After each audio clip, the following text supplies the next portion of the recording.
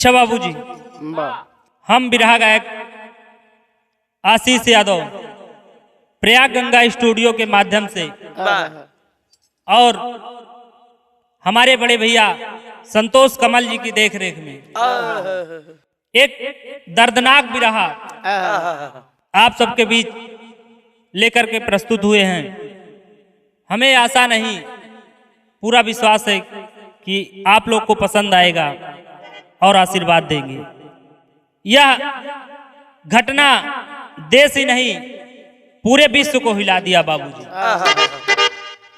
और जो भी इंसान इस दुनिया पर आया है एक न एक दिन उसको जाना है, लेकिन अगर वह इंसान समय के पहले चला जाता है तो वही हृदय को पीड़ा पहुंचती है। हमारे पूजनीय गुरु जी श्री गुरु शरण जी की यह रचना है और कितनी अच्छी लाइन लिखते हैं मास्टर।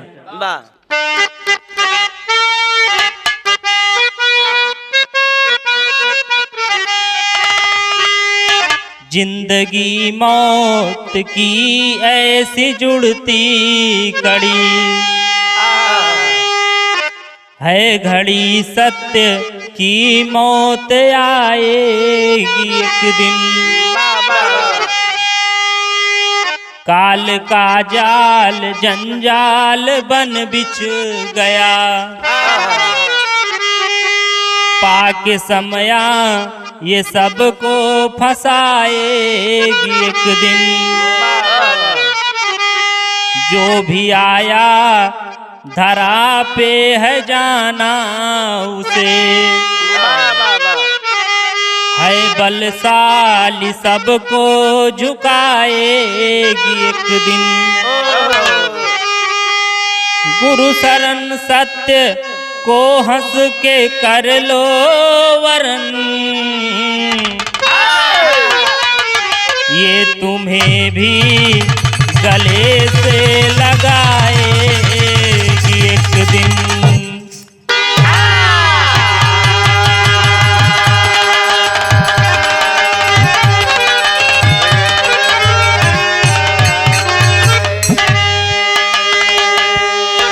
बाबूजी, मौत ही सत्य है। कितना भी आप कोशिश कर लीजिए, लेकिन एक दिन अपने जाल में यह फंसाएगी आपको जरूर। मास्टर साहब, बिरहा में एक लाइन गजल के भाव है।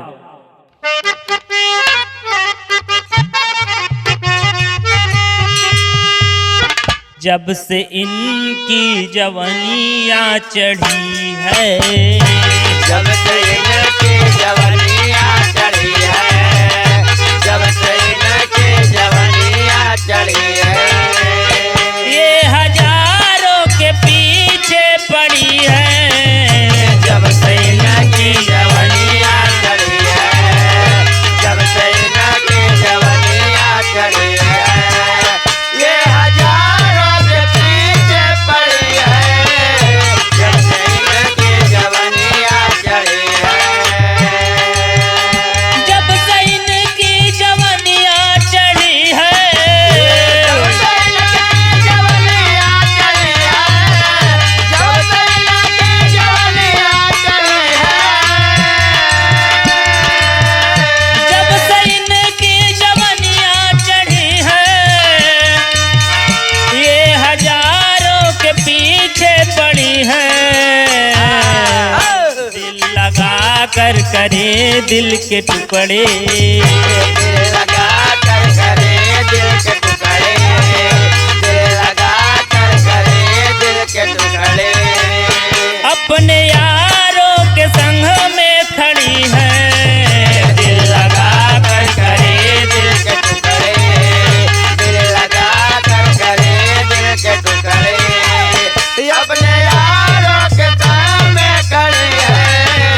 दिल लगा कर करे दिल के टुकड़े।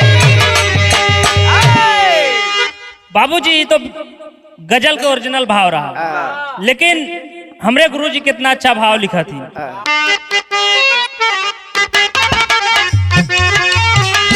सूर्य का अगर उदय हो गया तो, सूर्य का जब उदय हो गया था,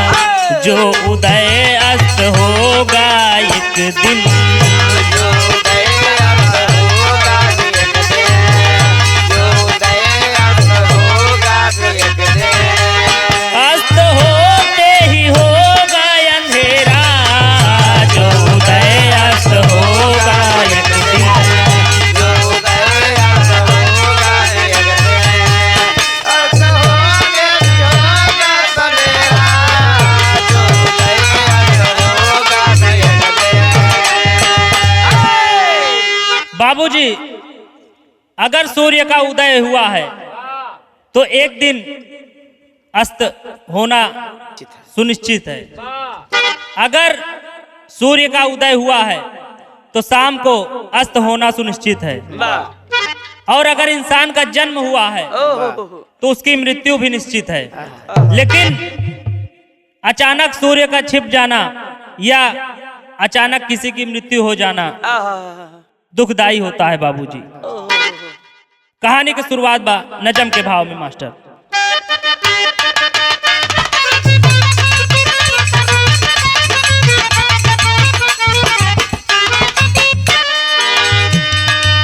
धन्य हिंद की पावन धरा निराली है, जहाँ पर संत के वचन न जाते खाली हैं। राम और कृष्ण जन्म लिए थे जिस माटी में, है महान संत एक उस परिपाटी में। 6 अक्टूबर 1932 की ये बेला है, भगवती देवी गोदी जन्मा एक गदेला है। धीरे धीरे जब गदेला सयान हुआ, धर्म शास्त्र का महान एक विद्वान हुआ। राधा रानी की कृपा उन पर अपार हुई, पूरे वृंदावन में उनकी जय जयकार हुई। कृपालु जी पे कृपा कैली राधा रानी हो, कृपालु जी पे कृपा कैली राधा रानी हो। श्रीमद् भागवत के भैले बड़े ज्ञानी हो, श्रीमद् भागवत के भैले बड़े ज्ञानी हो, श्रीमद् भागवत के भैले बड़े ज्ञानी हो। बाबूजी, आप लोग कहानी को समझ लीजिए। कहानी कहाँ की है? जिला प्रतापगढ़ कुंडा तहसील की यह कहानी है। गांव मनगढ़, जहां पर भगवती देवी के गोद में एक छोटा सा बच्चा जन्म लेता है और बालक बड़ा ही होनहार है। धीरे धीरे लड़का बढ़ रहा है और आगे चल के वही बालक कृपालु जी महाराज के नाम से प्रसिद्ध होते हैं। और वेद पुराण के बहुत ही विद्वान लाखों की संख्या में लोग उनका दर्शन दीदार करते हैं और अपने जीवन को धन्य बनाते हैं। महाराज जी का एक भव्य मंदिर मनगढ़ और दूसरा मथुरा वृंदावन में। मास्टर साहब, बिरहा में एक लाइन गीत लगी।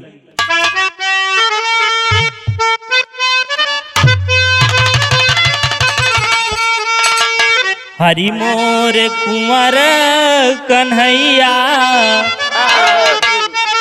हरि मोर कुंवर कन्हैया, बोलावेले बसुरिया बजाई के।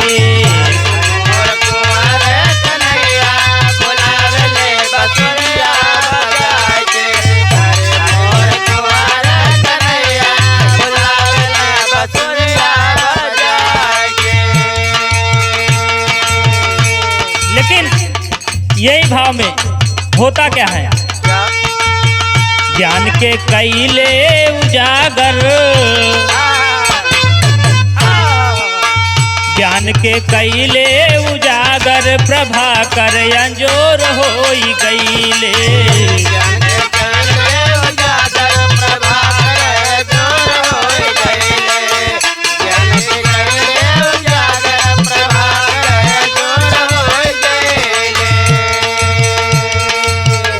बाबूजी, अथाह ज्ञान, इतना ज्ञान कि देश नहीं विदेशों में लोग उनके अनुयायी हैं।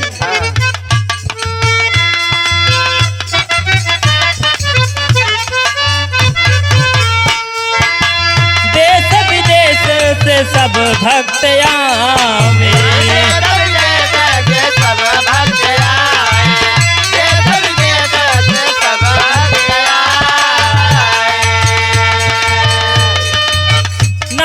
अमृत महाराज जी पिया में, महाराज जी पिया में।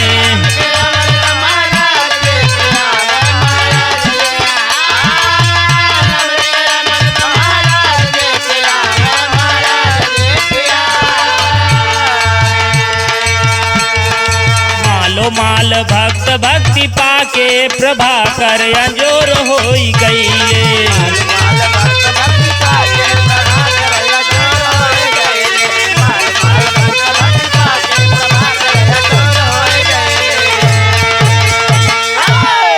बाबूजी देश विदेश से लोग महाराज जी से भक्ति लेने लगे, लेकिन एक दिन ऐसा समय आया 13 नवंबर जो कि बहुत दुखदाई हुआ महाराज जी के लिए।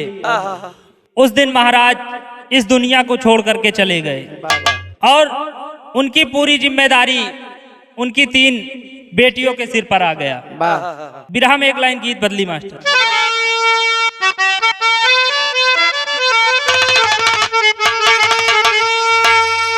अरे जवन मजा, अरे जवन मजा राम के भजनिया तवन सारी दुनिया में नाही। जवन मजा राम के भजनिया तवन सारी दुनिया में नाही। जवन मजा राम के भजनिया तवन सारी दुनिया में नाही। बाबूजी गीत के भाव में कहना है,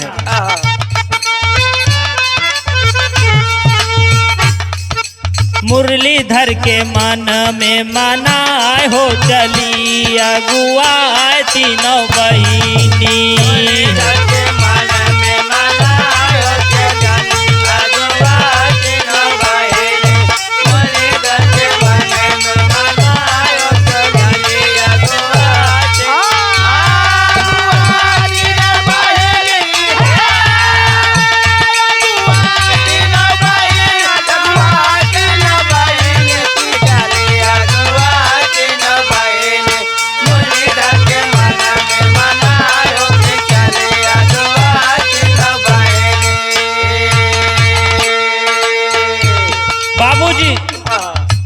महाराज जी के जाने के बाद पूरे मंदिर का कार्यभार तीनों बेटियों के सर पर आ गया। बड़ी विशाखा दीदी रही बतावे,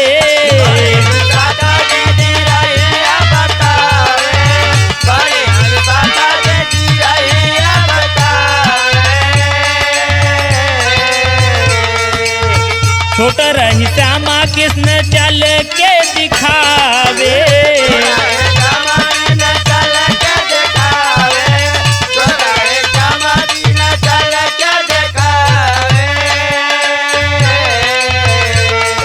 फिर से गैली बगिया हरिया हो,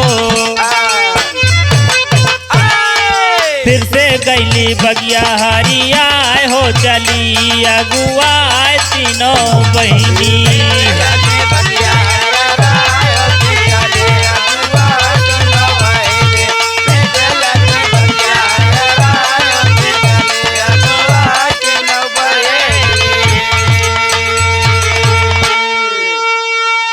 बिरहा सुने वाले बाबूजी, आज महाराज जी के ना रहते हुए भी तीनों बेटियां अपने फर्ज को निभा रही हैं। बड़ी दीदी विशाखा जो राह दिखाती, छोटी श्यामा और कृष्णा दोनों बहनें उनके बताए हुए मार्ग पर चलती, और यहाँ मनगढ़ से लेकर के वृंदावन जो भी आश्रम है बिल्कुल स्वर्ग जैसा सजा कर रखी हैं। और जो बेटियां चाहे वो कुंडा कृपालु महाविद्यालय की हो या फिर किसी अन्य क्षेत्र की, कन्या विद्याधन पा करके अपने आप को धन्य मना रही हैं और कृपालु महाराज की जय जयकार कर रही हैं। लेकिन बिरहा में एक लाइन गीत बदली मास्टर।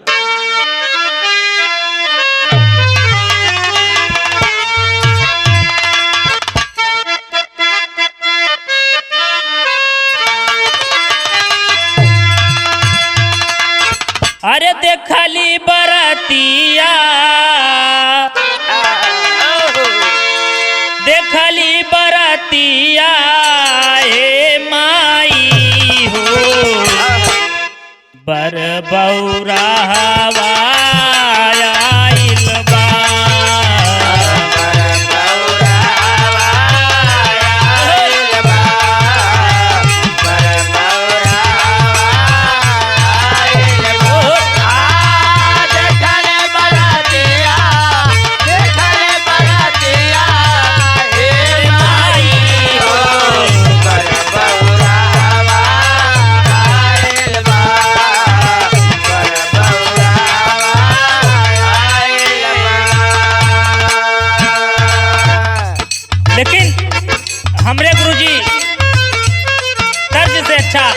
बिरहा में भाव लिखते हैं। वाह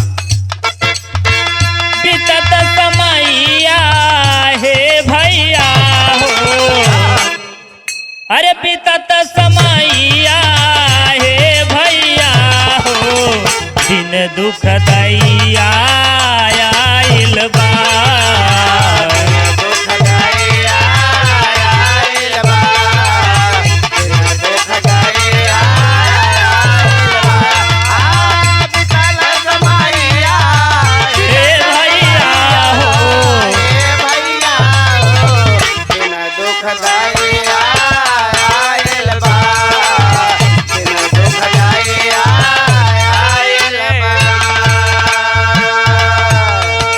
बाबूजी धीरे धीरे समय बीत रहा है, लेकिन अचानक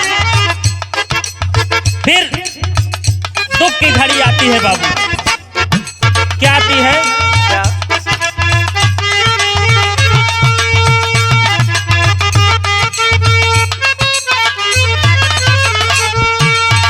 24 नवंबर के वो आई काली रात हो,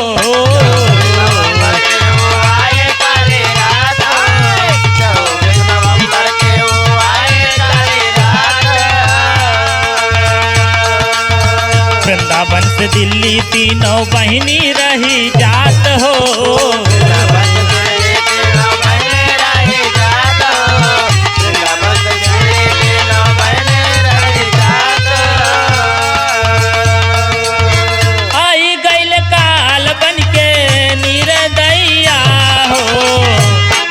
दिन दुख दैया आइल बा, दिन दुख दैया आइल बा, दिन दुख दैया आइल बा।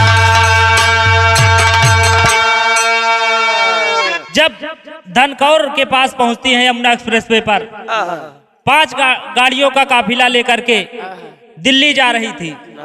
उसी समय पीछे से एक अनियंत्रित टैंकर आता है और उसी गाड़ी पर पलट जाता है जिस पर वह तीनों बहनें सवार थी।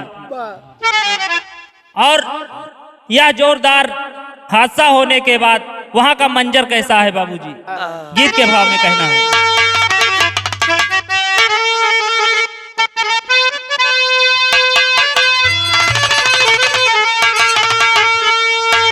वही भोरहरिया में,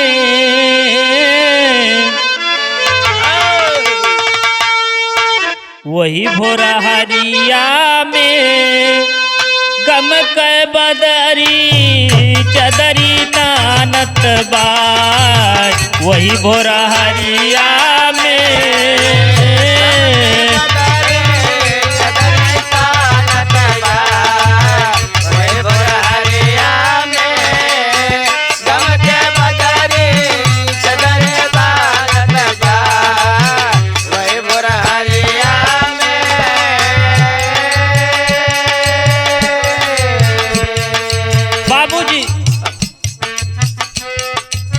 तीनों बहनें दिल्ली के लिए जा रही हैं।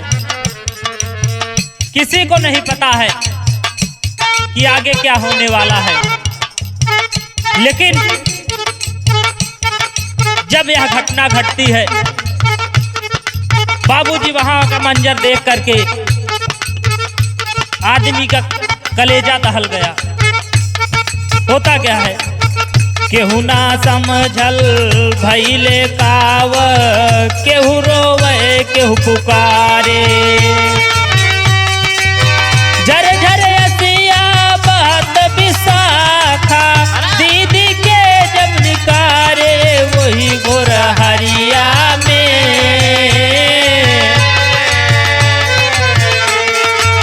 दिल्ली के सब लइके भागत बाय, केहू भोरहरिया में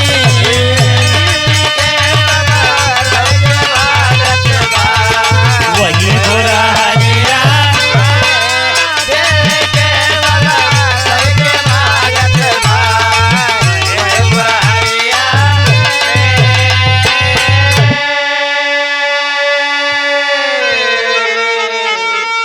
बाबूजी आज वहां का मंजर देख करके वहां के लोग सभी का दिल दहल गया और श्यामा और कृष्णा को तो बाबूजी पुलिस 15 मिनट में ही निकाल ली, लेकिन विशाखा दीदी को निकालने में लगभग 1 घंटा लग गया। और जब अस्पताल लेकर के जाते हैं दिल्ली में, तब होता क्या है, बिरहा शैली में कहना है।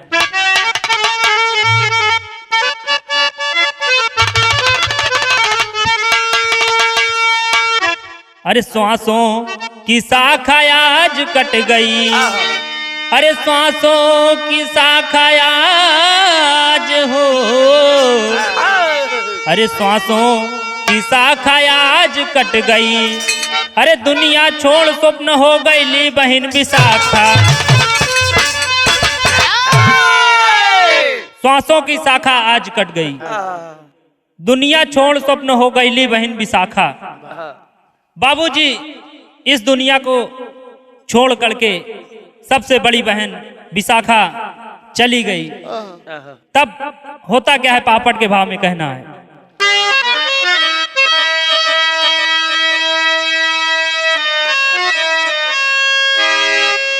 अरे चारों ओर फैलल बाय खबरिया अखिया बरसेला, और दो नौ बहिनी है रई भर नजरिया अखिया बरसेला।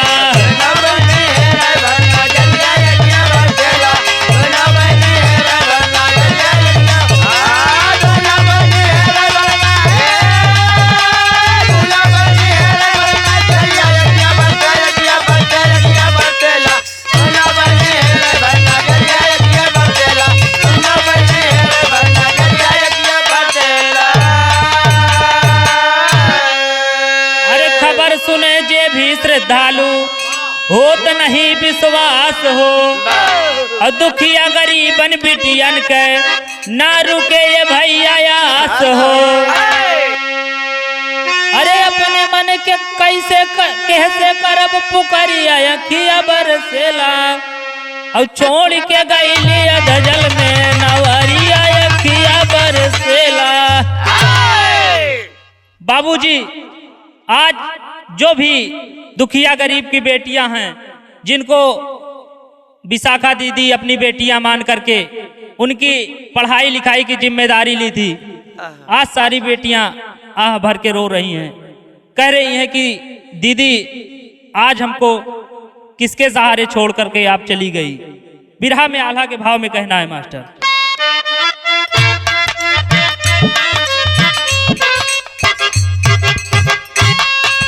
जन्म भाईल जे कर एक दिन होई है मरनावा,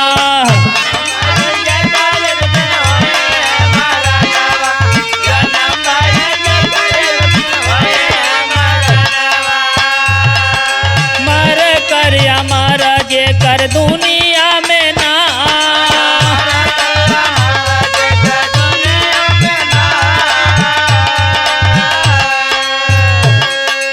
दीदी विशाखा के भुलाई कैसे दुनिया,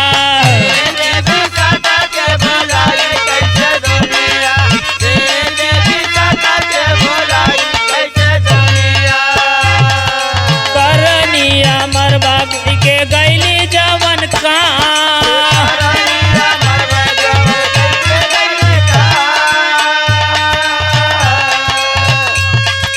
स्वास्थ्य सेवा शिक्षा संस्थान के पढ़ैया,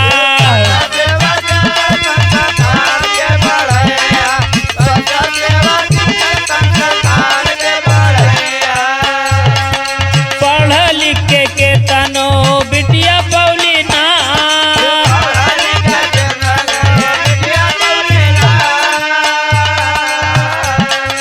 जगत गुरु के पालू चिकित्सालय फिर सेवा,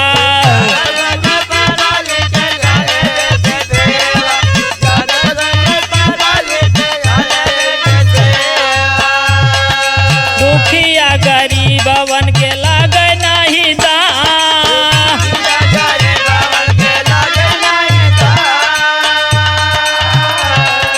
आश्रम में बहुत श्रद्धालु जुटी गईले,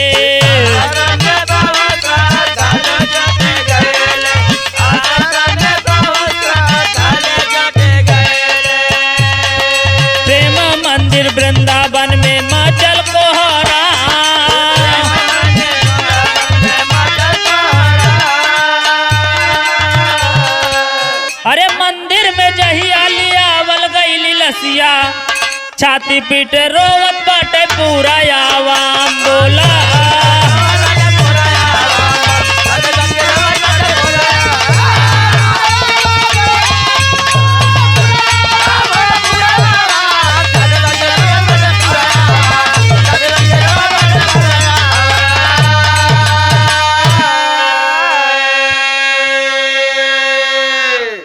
बाबूजी, विशाखा दीदी का स्वभाव जो भी था, आज इतना बड़ा नाम करके आज स्वर्ग को चली गई।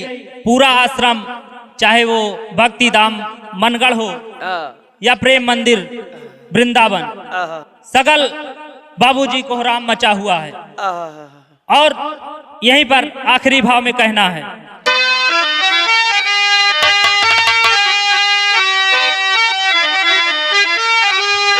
हर दिल कहे साच हो साच और नयाच चाहिए,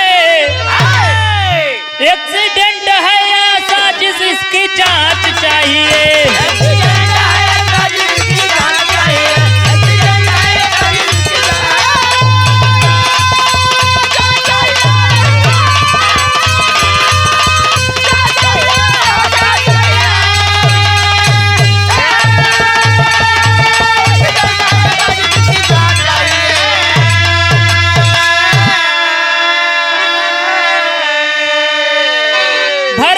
जो हॉस्पिटल में यही फरियाद हो, और दया करे प्रभु मिले मन की मुराद हो। दुनिया रहे सलामत, मौत का नंगा नाच चाहिए, एक्सीडेंट है या साजिश इसकी जांच चाहिए।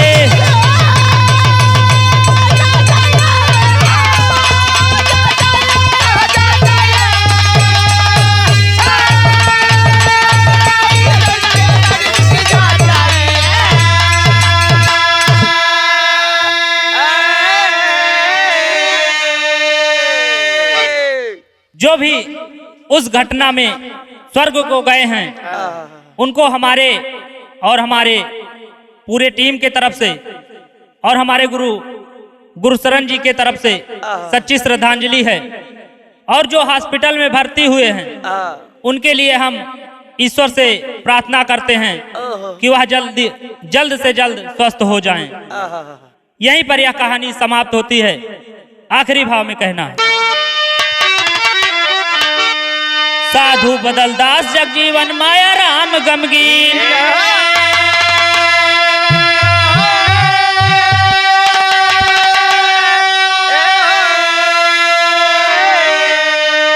अरे सूरज पाल कहे जगन्नाथ हैं, अरे गया सारा चीन हो।